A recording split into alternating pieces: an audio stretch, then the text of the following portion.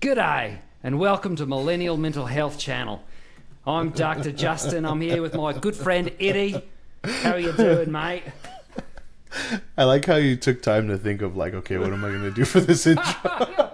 And that's what came out, because I thought I was going to be able to predict, and I was wrong. So here we go. What did you think was going to happen? You know, that's the best part about my mind, is sometimes I would say I was thinking of something, and then when I try to go back on what was I thinking, it just goes blank. So I don't know. Clean slate. Yeah. Fine dining and breathing. Where's that from? What? You never watched that SpongeBob episode? Oh. Man. All right. Cancel the yeah, episode. okay. We're done. All right. We're done. See you in 2 weeks. Well, today we can't cancel the episode because True. we have a very good topic that everyone needs to hear about. Share it with your friends. Share it with your kids. We're talking about our current mental health crisis. If you did not know, there is a mental health crisis in our country and the world right now. Mm-hmm. So we want to raise awareness to this issue in the hopes that we normalize it for people, help people understand that a lot of people are struggling with this. And we hope that this is an inspiration that people will go get help if they are struggling. And honestly, the COVID-19 pandemic and the subsequent shutdown were traumatic events in our lives, and they changed life for a lot of people, almost every person on this earth. Mm-hmm. So if we want to heal from that trauma, we have to start being intentional about healing from it. So our mindfulness question of the day is, Eddie, when you're feeling anxious, how do you respond to it? How do you like to get that anxiety down? Not well. It is not good. Perfect example. I got a text from a coworker today that said, hey, when you're done with your meeting, we need to talk. And then my mind raced at like 100 miles an hour. Like, shit, what did I do? What did I do wrong? What's happening? What's the emergency? Did something wrong happen?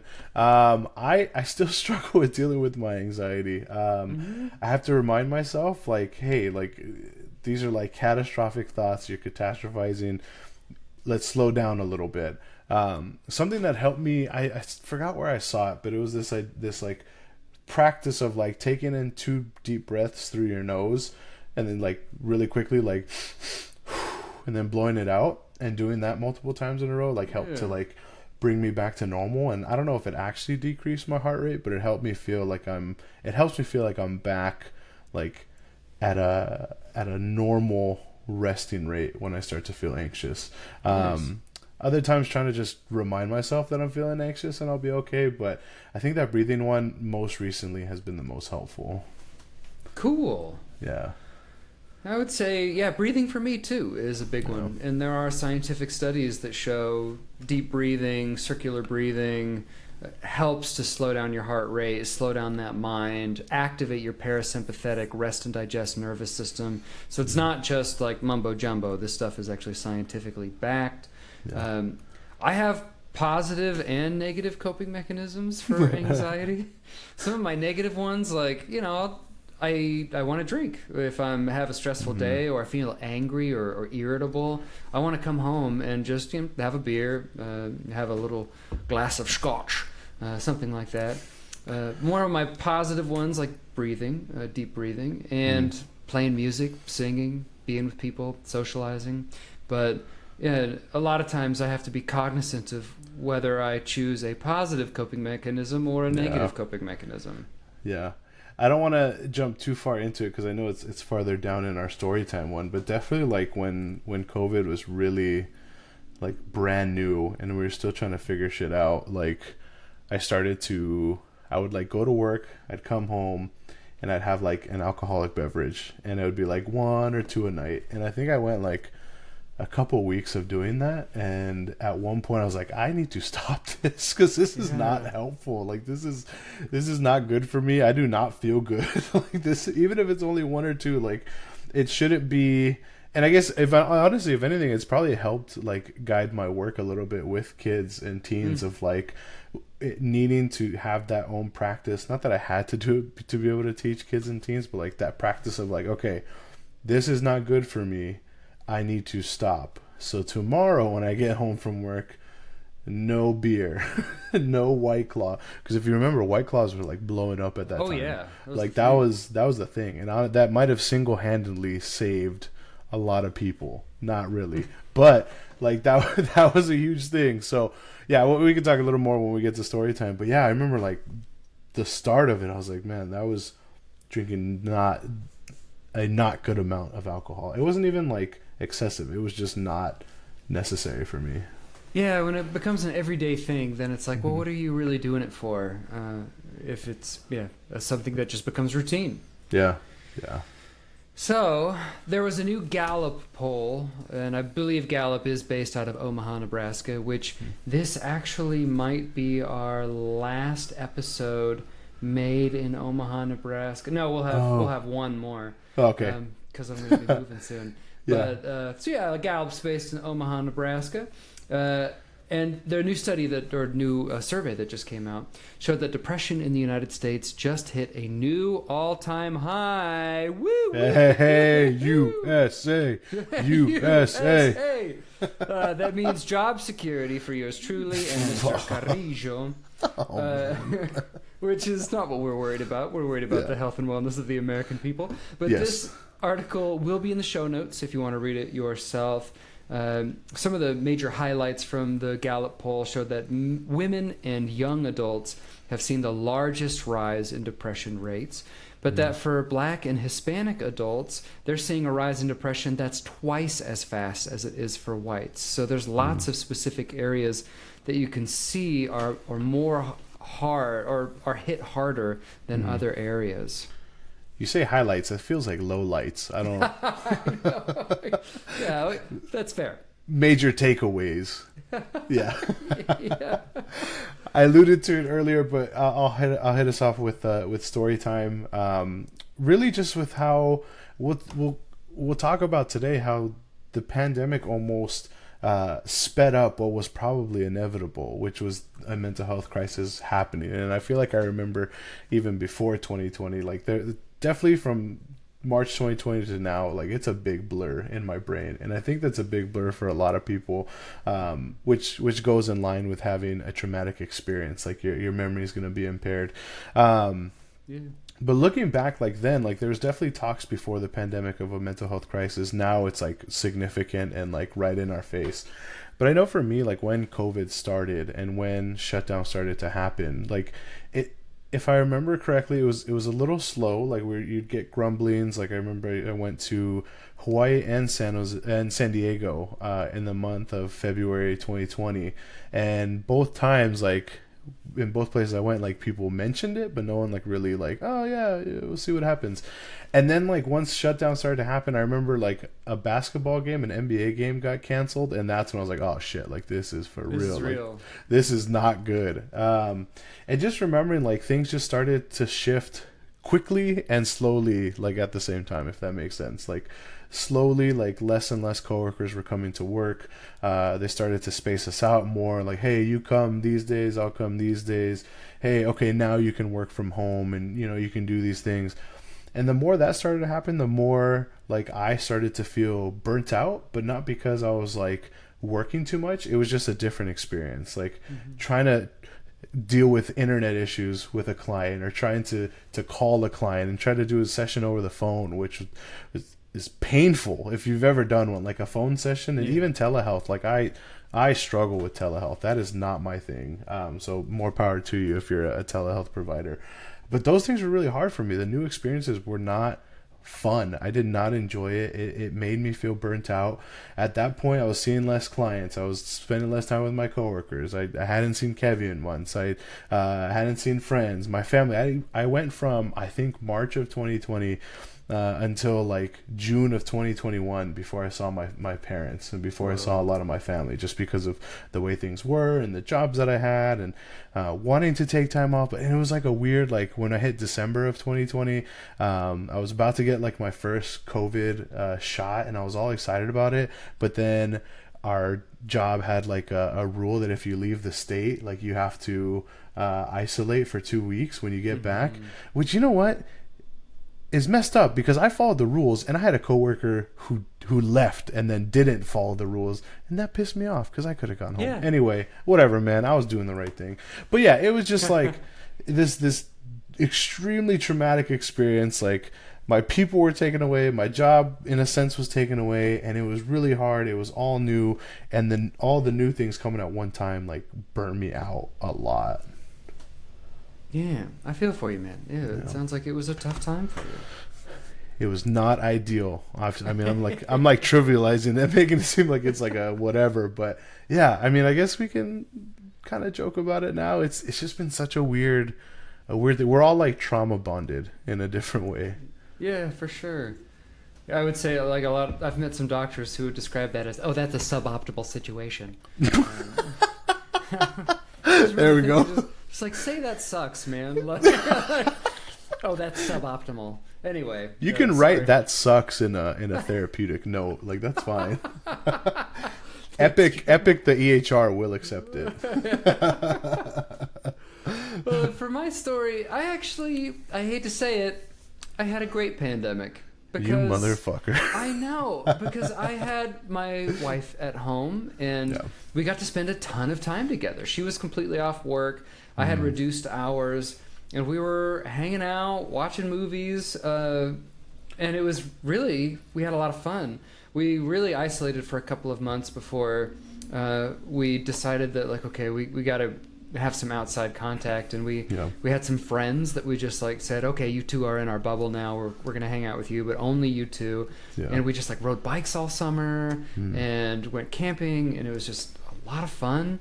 So COVID wasn't that bad for me. I feel like I was really lucky, because now in retrospect, I can see how it was really horrible for a lot of people, especially if they didn't have what I had. If they didn't have someone that they loved and enjoyed being around at home with them to keep them company, and access to the outdoors and exercise. So if I had to spend that time alone or with someone who was toxic, that would have been horrible. That would have been an even worse situation. I think Bo Burnham's comedy special, Inside, kind of gave you a glimpse of just how deep down the depression hole someone can go when they had to isolate that much and be only by themselves. So that's a really traumatic thing that a lot of people had to go through. And I think a lot of people have to start to heal from that trauma if we want to get through it. So I always wonder, like, there were multiple things that happened during isolation, during the pandemic, where people started doing more drugs, more alcohol, and social media and phone addiction went through the roof too, because that's all that people had. So I think we're starting to see the effects of that, the effects of the trauma, the effects of the increase in addiction.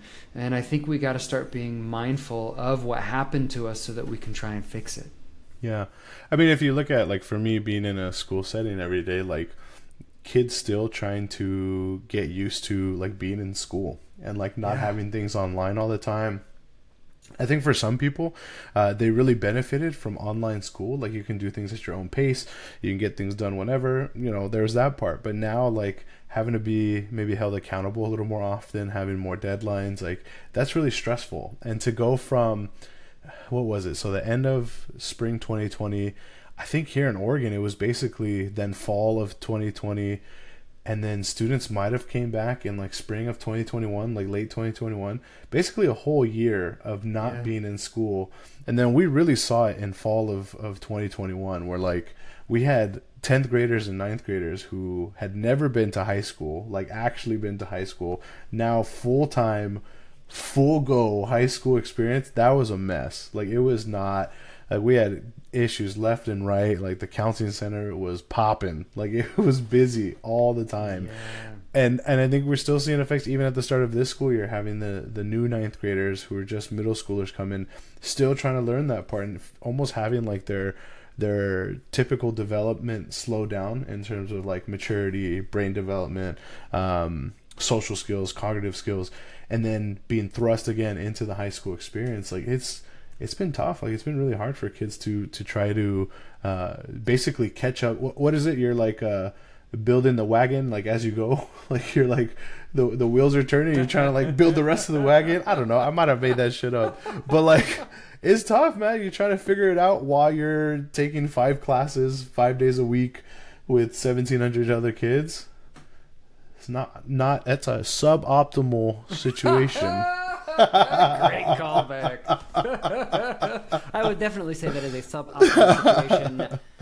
But yeah, I know personally, and I don't have big epidemiologic numbers to back this up, but I did notice that after the pandemic, school avoidance just went through the roof. Oh yeah, huge. So many kids were just like, I am not going back to school. Like, so many kids just flat out refused to go back. And kids were getting put in the PRTF, the Psychiatric Residential Treatment Facility, because a judge would order them to go there, and the hospital couldn't turn them away because it was court ordered. But their only complaint was they refused to go to school. It's like, that's not a mental health problem. Yeah, yeah. So that, it overburdened our system too.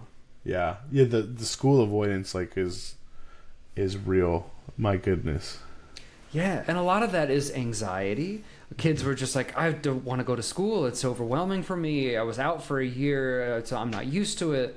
So I feel for the kids too. They're not just avoiding it because they're just being sassy or naughty, as a lot of people like to describe kids as. Yeah, it's tough because like people will say like your kids are soft, like get over it. Like, hey man, like we just dealt with a lot of shit for 3 years. Like, what do you want? What do you mean get over it? Like, it was easier for you because you're a full grown adult. Like you were better suited. Like you were an adult, your brain was developed, and like you had 13-year-old kids who were locked in their, not even not locked, but they were just stuck in their room for hours at a time, for months at a time, for a year at a time. That's not fair to put that same rules to them or same expectations to them as a full-grown adult. Yeah, have some grace for those children, you know? Mm-hmm. Yeah. We got some stats and facts for you. We got a lot of stats and facts because this is based on that Gallup poll. But according to that new Gallup poll, 29% of Americans have been diagnosed with depression at some point in their life. That's almost 30%, and that's up nearly 10% since 2015. So people are getting depressed more and more and getting diagnosed with depression more and more. I do a managing the high school experience presentation to the sophomore health classes, first and second trimester of school. And I'm going to have to update my stats because I think the most recent stat I have is like 2019-ish in terms of teenage rates of depression. And I've even said in the presentation, like, this is what we have from 2019, but I would be willing to bet it's much higher now. And like, absolutely, like it's going to be higher. So I have to update my stuff. Yeah. Yeah. Gallup started tracking depression rates in 2015, and you can definitely see a huge increase during COVID. So now over 1/3 of women, about 36.7% have been diagnosed with depression compared to 20.4% of men. Depression in women seems to be rising at double the rate of depression for men, and adults aged 19 to 29, we're just outside of that, had the highest overall rate of depression at 24.6%. And 22% of, and this was in quotes, Northern American adults. So I wasn't quite sure what that meant. Were they all in Michigan and Wisconsin? Or, but anyway, had severe impairment in their ability to perform their daily activities for a period of 2 weeks or more because of their depression. So for 22% of people, depression is impacting their lives severely and significantly. That's a huge amount. That's a lot of daily lives impacted. So why is this happening? We don't really know. In science, in studies, it's really hard to say X equals Y. This is what's leading to this, especially when we're reactive to it. We're only getting the aftermath of it and trying to piece it together as to, okay, why is this happening now? So we don't know for sure, but Gallup recommended some things in their poll as to why this is happening. They said that COVID brought about a lot of social isolation, an increase in loneliness, and fears of infection, increased anxiety. Oh, yeah. A lot of the frontline workers faced serious burnout issues, and there was an increase in substance use during that time. I think about the frontline workers and facing burnout, and then now I can't even remember where it was, but hearing about nurses who were getting ready to strike because the hospital didn't want to pay them like fair wages, and it's like the switch up is messed up. 2020, the people are heroes. 2023, you get paid enough and be quiet. Like that is messed up. Yeah. People are only heroes until they try and get more money from corporate America. Yeah. And then I think Justin's heard it. I've heard it. Like a ton of stories of just kids, teens, adults who've never had a problem with substances, but then turning to substances. I mean, we kind of alluded to it a little earlier. Like I didn't have a full blown like substance use disorder when it came to alcohol, but I definitely was having an issue. Like I was using it as a coping skill, and it was not a good coping skill. We've talked about all the reasons why alcohol is not the best for you, but I was using it even though I knew all that. I was still using it as a way to like wind down at the end of the day, and like that was not the best. Other issues was limited mental health resources. So if you look back at that time, let's take like May or June of 2020 for example, you're getting insurance companies, you're getting like federal regulations who are starting to allow like, okay, fine, like you can do telehealth appointments, we'll reimburse for telehealth. Then you get a bunch of people who are trying to switch over to telehealth. We had, for us for example, when I worked for the county, it was like we tried using Skype, which real quick, Skype had a big head start on all these other companies, and they did not come through when it came to video calling. But there was Skype. People tried to use Zoom is the one, right? There's this company called GoToMeeting. A lot of mental health providers, therapists use this thing called Doxy.me, something like that. Everyone's trying to figure out how to be a telehealth provider. Everyone's trying to figure out how to get you forms and things that you need to sign over the computer. Everyone's trying to figure everything out on the fly. Same thing, like I said before, of like trying to build the wagon while you're riding in it. I think I made that. Is that a real saying? I've never heard of it before. God damn it. But I like it. It makes Hell sense. Yeah. But yeah, it's like people were learning as they're trying to help at the same time, and it was just a big old mess. Limited mental health resources left and right. Fingers crossed, knock on wood. I think we're hopefully on the other side of that. Like things are seeming a little more like, for example, if I send out I don't know, like 10 email inquiries to therapists who say they have availability, I'll probably get like 30 to 50% response back that say they have availability, so I can at least provide families with some people who are available now. Yeah, I will say though that it seems like most people who I have talked to who are trying to find mental health resources, most of them, when they do it on their own and they don't really know the system very well, they say nothing's available, everything's 4 to 5 to 6 months out. When they get a little bit of help, it gets better, and it gets down to like maybe around a month. But the average layperson trying to find mental health resources just feels so stuck, and they feel like, well, I might be fine in 5 to 6 months, so may as well just keep drinking and just hope it goes away.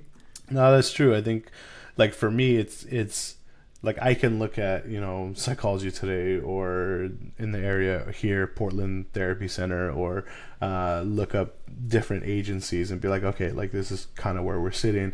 But for someone who doesn't have to do that as part of their job, that's kind of intimidating. Yeah, for sure.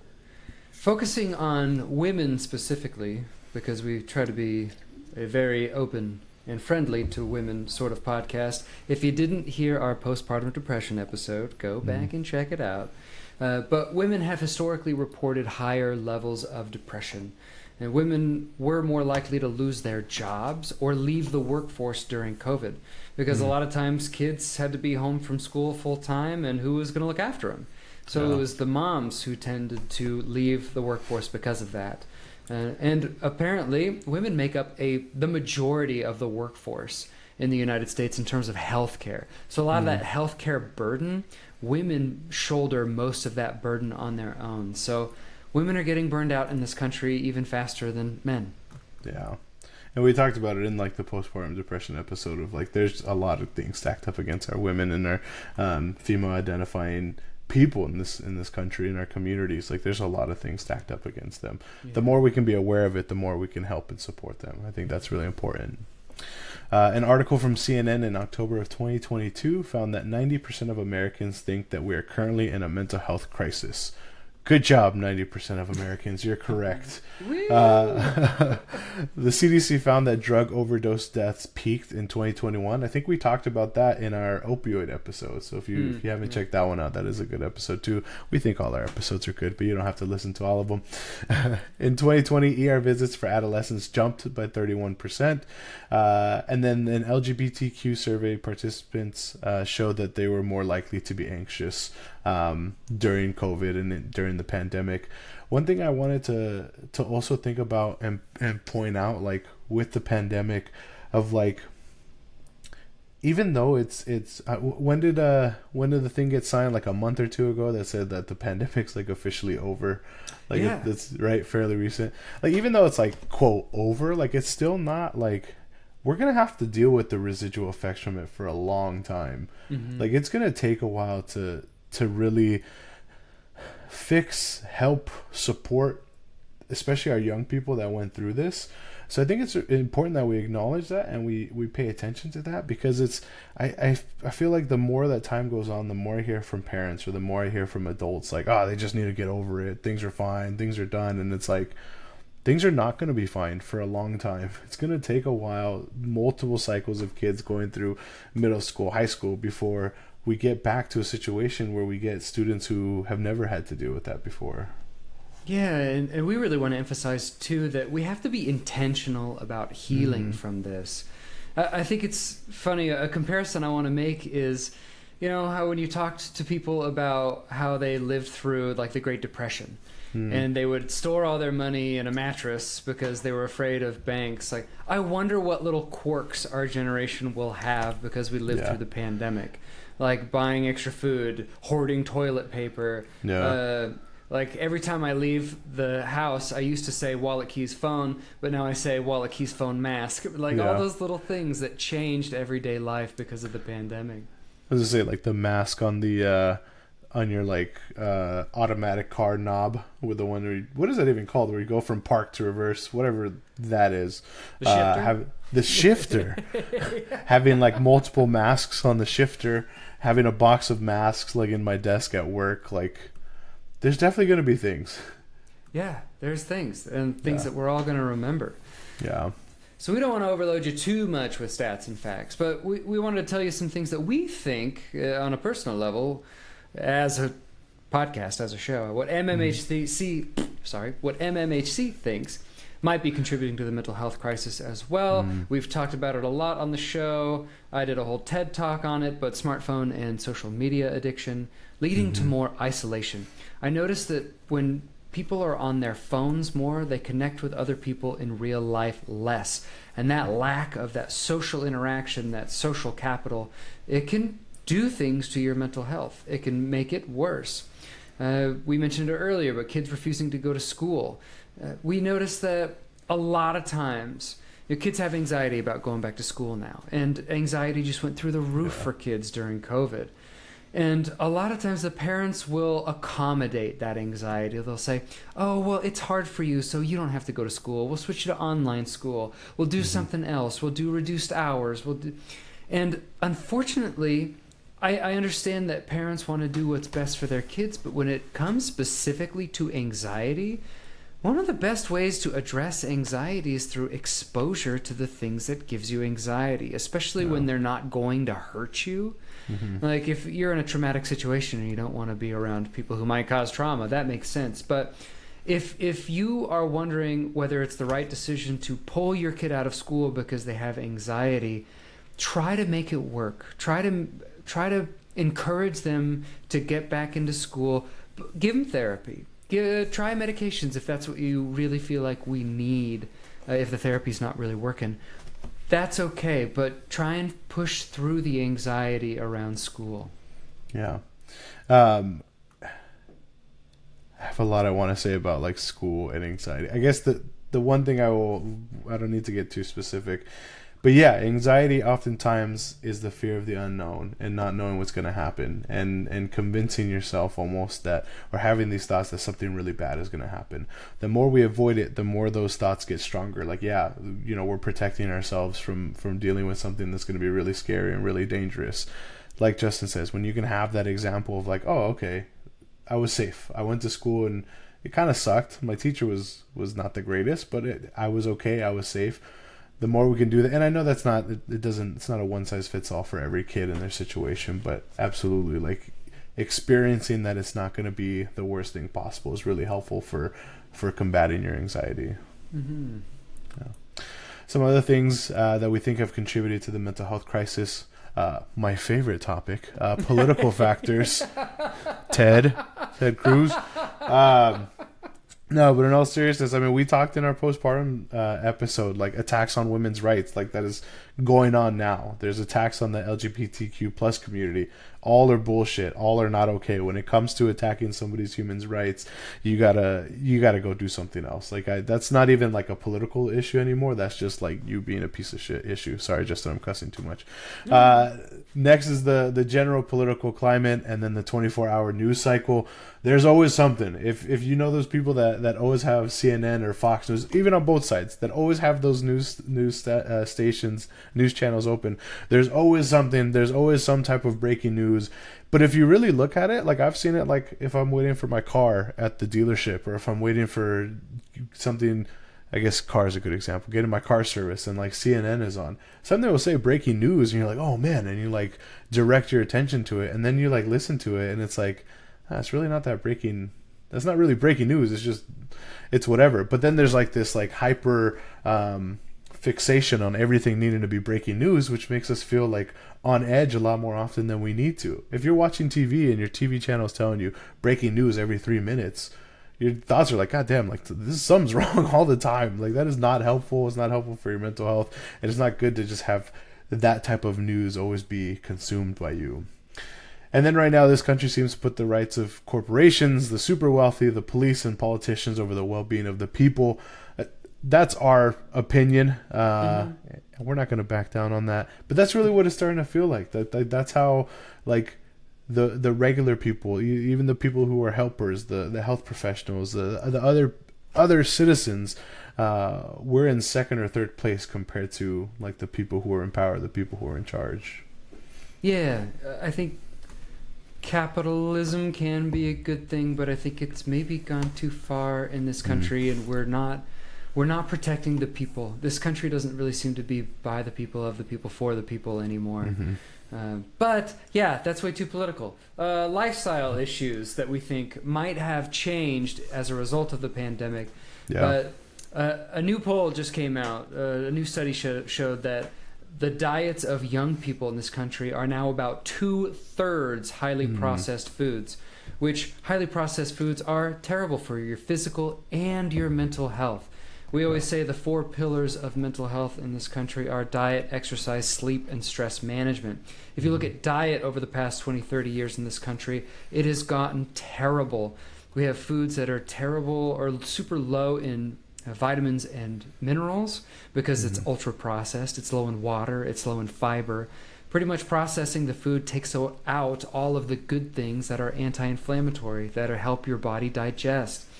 So diets have changed significantly. Screen times are changing sleep patterns significantly because people are watching or looking at their phones right before bed, right when they wake up. All that blue light is changing sleep patterns. I know it seems like half of my patients, my young patients, are up till 3 a.m. on their phone. And it is so hard to change that. And parents just feel hopeless when trying to change that because their kids they just do it no matter what. And they're on YouTube, they're talking to their friends, and they're not getting good sleep. So our lifestyles have changed so much over these past couple of years so that we're losing those positive lifestyle changes. Our diets are worse. We're not getting as much exercise. We're not getting as much sleep. And there's more stress than ever. So it makes sense that our mental health is getting worse. Yeah. Our 4 pillars are being attacked. They're not standing as strong because we have the odds stacked against us. And one of the last things I will mention in terms of what's contributing to the mental health crisis is loneliness. It was definitely made much worse over COVID. Like, yes, we found new ways to connect, whether it's FaceTime, whether it's video calls, whether it's Zoom happy hour, whatever it was that we were trying to do. Like, yeah, we could do that, but it's just not the same as like being there with people physically. Studies have shown that loneliness can lead to psychiatric disorders like depression, alcohol abuse, child abuse, sleep problems, personality disorders, and Alzheimer's disease. It also leads to various physical disorders like diabetes, autoimmune disorders like rheumatoid arthritis, lupus, and cardiovascular diseases like coronary heart disease, hypertension, obesity, physiological aging, cancer, poor hearing, and then poor health. Loneliness is definitely a problem in America. I feel like I saw an article recently, like people just have less friends, less connections Yeah. overall. And that's really hard. I think of like my time in like college or like even after college of like having all these connections, but I didn't have like a 3 year time period where like those connections just weren't like, they weren't prioritized as much because they couldn't be. It wasn't so much of a priority to make friends with people in your dorm because there was no dorm to make friends with. You were at home. Like you were going to a college or university online. Like it's a significant issue that I think again is one of those things that has been sped up because of the pandemic. There's an NPR survey that showed that 3 out of 5 Americans said that they were lonely even before the pandemic. I wouldn't be surprised if the number creeped up a little bit.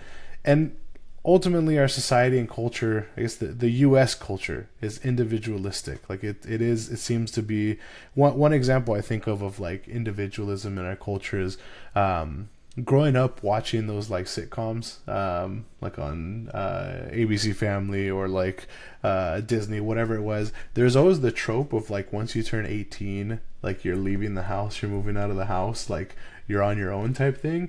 And I thought that was like for everybody. So I remember feeling worried that when I turned 18, like my bags were packed. My parents were kicking me out. Yeah, I thought it was so ingrained. Like I thought that was it. Like I didn't look like any of the people on the TV. Like Zach Morris from Saved by the Bell looks nothing like me. Maybe AC Slater, me and him are similar. But like I thought that was it, man. Like I'm like, damn, I'm getting kicked out as soon as I turn 18. But I think that just kind of goes to show like where the overall culture of the US is like this idea of like, we'll take care of you till you're 18, then you're on your own. So that kind of gets people ready to like, well, I'm going to need to be on my own when I'm 18. I just got to take care of myself type thing. Yeah, you look at other countries throughout the world, and there are other countries that value family bonds, social connectedness a lot more than us as Americans. Yeah. And having that social support can be really important for dealing with stress and mental health.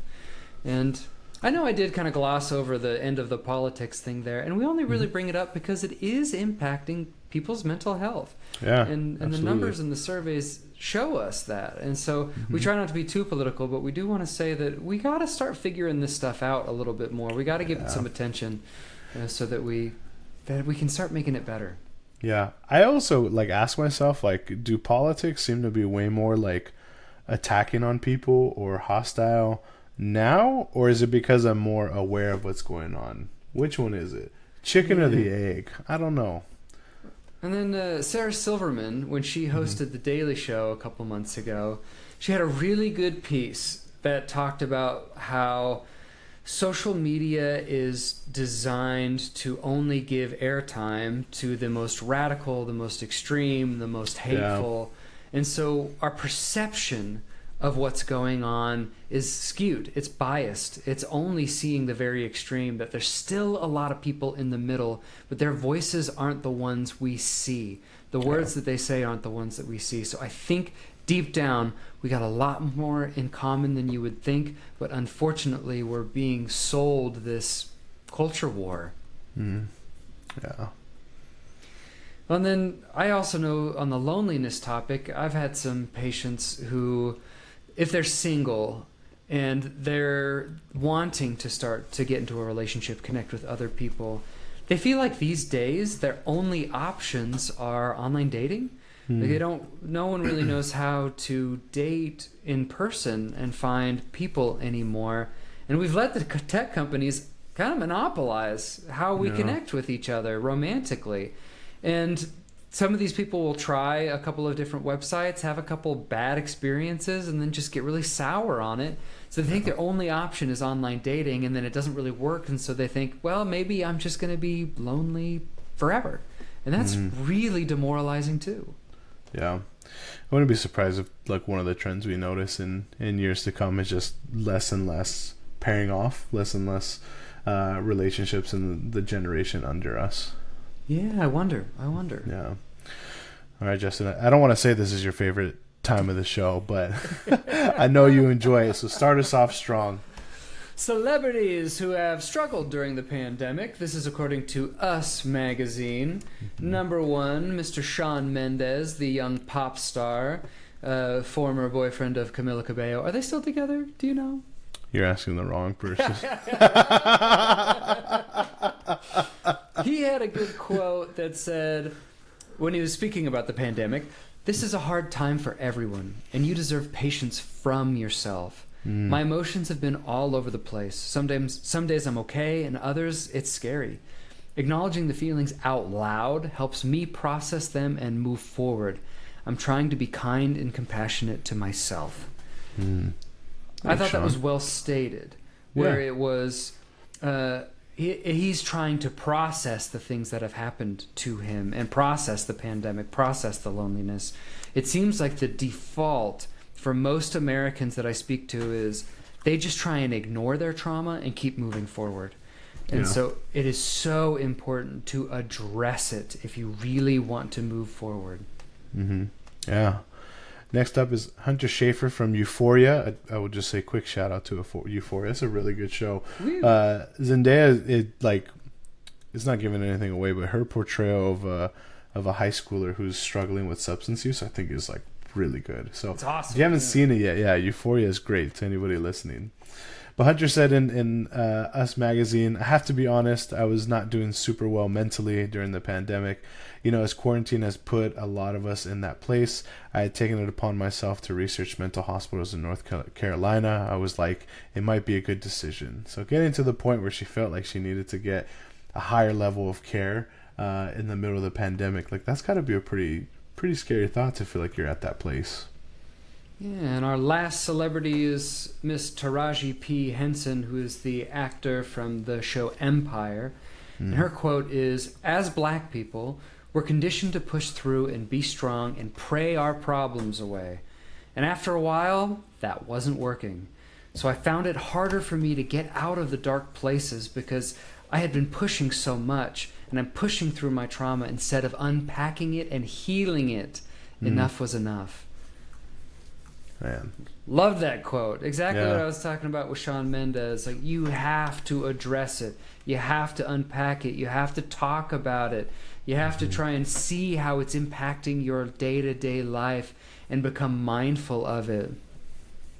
I think too, for the people that maybe don't have like and not even just like the same things available to them as celebrities, but just like the same things available to them that like you and I would see as like regular or normal. What we can do to help support those people as much as possible that maybe don't have as many resources is like the more we try to normalize that we're still coming out of this and it's going to take a long time, the more that we can normalize that it's going to take a long time to heal, the more that we can understand and acknowledge that this is going to take a long time. I think the easier we can make it for everybody, you know, not just the people that have additional resources are able to get connected to things quicker than most people can. Yeah, what do we do about it? You know, we got a couple of recommendations. If you're struggling with mental health during this time, we hope you understand that in a way it's normal. A lot of people are really struggling with this right now. So if you're struggling, please go seek help from a therapist, from your doctor, from a PCP, and maybe even make an effort to connect to people more. If you're struggling with drug or alcohol use and feel like it is harming you or getting in the way of your life again, please go get help in whatever way you have possible to you, whether it's county resources, whether it's national hotlines, whatever it is that you can to get help, whether it's just telling somebody. Sometimes the first step is telling somebody, and that can go a long way. Also wanted to be intentional about healing from the trauma of the pandemic, acknowledging that it was trauma, it is still trauma, it's still something we're dealing with, and also just being mindful of how the pandemic has impacted you. If you need to heal, try to make it a priority, try to make it something that you focus on when you can focus on it. I like it. Eddie, what's your take-home point from today? Grace and patience. Giving yourself grace, having some patience, knowing that it's going to take some time to get back to whatever we consider to be normal. What do you got for me? I would say our response to the pandemic has been suboptimal. Over relying on that joke there. But that's the point I want to make, is that we haven't responded well to the pandemic. It showed us that we were not ready for that on a physical and just pandemic virus standpoint, but also on a mental and psychological standpoint either. The world wasn't ready to handle something like that. And so I hope we learn from it, and I hope that we get better at it, which is a tall order, I know. Yeah. Well, like we do every episode, we'll get played out. Thank you all for listening. Thank you all for the continued support. You can find this episode and the rest of your episodes. You've already found it if you're listening to it. But if you need to give it to a friend or reference us to a friend, you can tell them they can find us on Apple Podcasts, Spotify, wherever they get their podcasts. If you use Apple Podcasts, feel free to leave us a 5-star review. And you can leave us a comment too if you want to make our day. On Spotify, you can also leave us a 5-star review. On social media, you can find us on the TikTok, the Twitter, the Instagram, the YouTube at MillennialMHC. Thank you all for listening, and maybe even more so than any other episode because we are in the middle of a mental health crisis. Take care, y'all mentals. And have a good eye.